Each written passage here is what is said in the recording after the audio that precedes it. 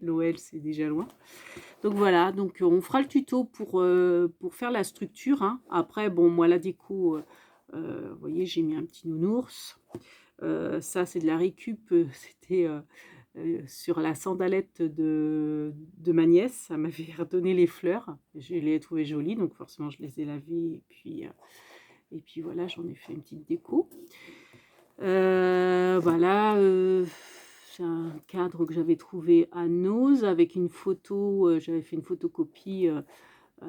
C'est tiré d'une vraie photo du marin. Je le mets bien. Bon, ça c'est pareil, c'est un petit... en fait, à la base, c'est une... Je sais pas si on va voir, c'est une pince à linge. Donc j'ai coupé en fait la pince à linge pour qu'on voie que ça. Donc c'était à Nose que j'avais trouvé ça. Ça aussi c'était à Nose, mais il y avait une bande affreuse dessus que j'avais coupé. Ça c'est une petite fleur que j'ai faite moi-même.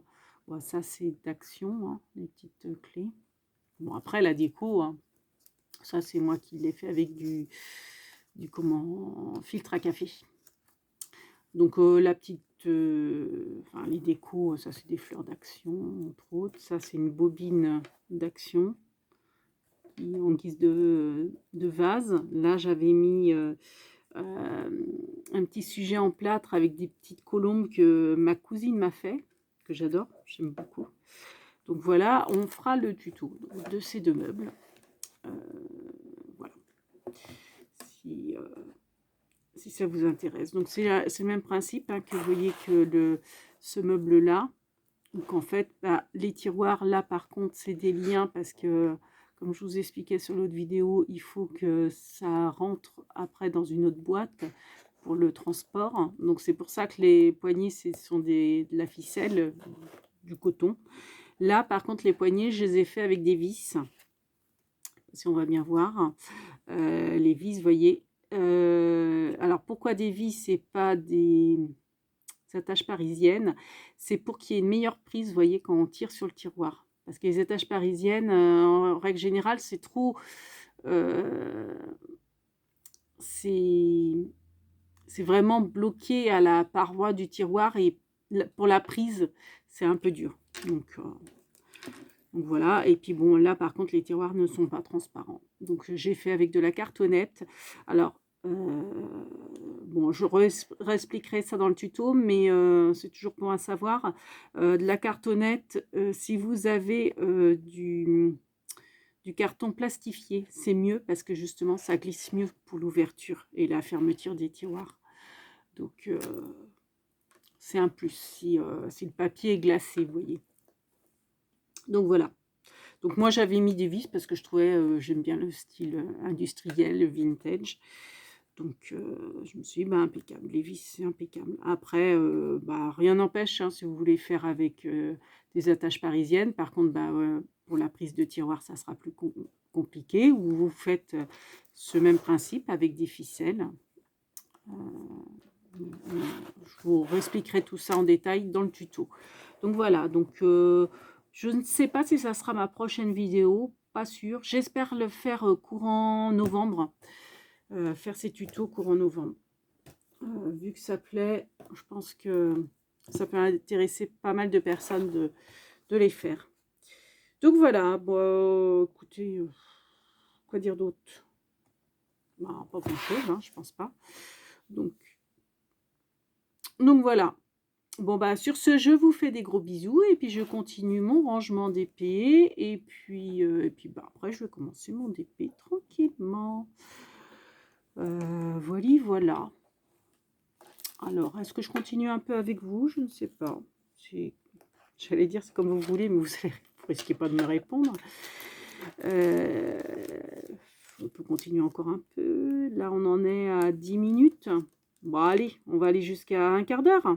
Et puis, donc il reste encore 5 minutes de blabla. Et puis voilà. Donc, quoi vous raconter? Donc, en ce moment, j'évite de faire les actions et tout ça. Parce que je me dis, avec le virus, ça sert à rien de faire du brassage en continu, on va dire. J'ai pas mal d'occupations. Donc ça m'évite aussi de dépenser parce que je suis sur un autre projet, on va dire, qui a besoin d'investissement, on va dire. Donc là, j'en suis au 5, donc on remplit le 5. Et puis, bah, je me dis, chez moi, j'ai déjà bien assez à m'occuper parce que j'ai pas mal de DP en avance. Et c'est vrai que depuis que je me suis mis au DP, bah, c'est un peu au détriment du scrap, je l'avoue.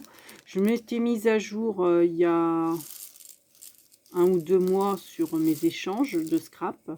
Et du coup, là, je ne veux pas du tout échanger. J'ai pour projet de faire des calendriers de l'Avent. C'est pareil, ça stagne. Sauf que bah, début décembre arrive très vite. Donc, va peut-être falloir que je m'y mette. Mais j'ai pas l'inspiration. Donc, je me dis, me forcer non, parce que... Ben, en général, enfin moi en tout cas, quand je me force, et c'est pas constructif. J'ai l'impression de faire, c'est pas terrible ce que je fais en fait quand je me force. Puis c'est un peu idiot de se forcer. C'est avant tout des loisirs, donc faut pas que je me mette une pression en me disant faut que tu le fasses, faut que tu le fasses parce que Noël arrive ou enfin voilà. Après. Voilà, donc faut pas forcément se mettre la pression. Donc pour l'instant, c'est le DP qui me détend, donc je continue le DP. Et puis c'est vrai que j'ai un projet personnel et qui n'a rien à voir avec les loisirs créatifs, et du coup ma tête est bien remplie par rapport à ça. Et donc du coup je n'arrive pas à me concentrer sur le scrap en fait. Donc ça, bon, je dirais c'est l'affaire d'un mois. Après, je suis en plein dedans en fait. Je n'ose pas trop en dire, mais je suis en plein dans ce projet qui me tient énormément à cœur. Et donc, voilà, faut pas que je m'éparpille.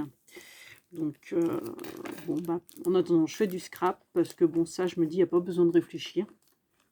Ça m'occupe les soirs, etc. Mais c'est vrai que mon esprit est bien occupé. Donc,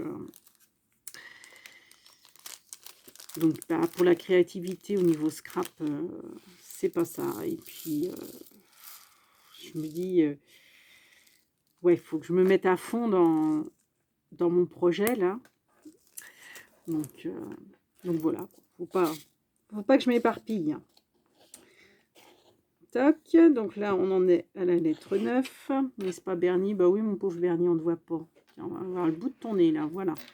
Donc là, on arrive à 14 minutes. Je ne sais pas trop quoi vous raconter. On va peut-être arrêter là. Donc voilà. Donc là, à Nantes, il fait pas beau. Il fait gris. Je suis sortie quand même un peu ce matin. C'est un peu de la pluie, gris. Bon, après, il ne faut pas que nous, on se plaigne parce que franchement, de la pluie, on n'en avait pas eu depuis un moment.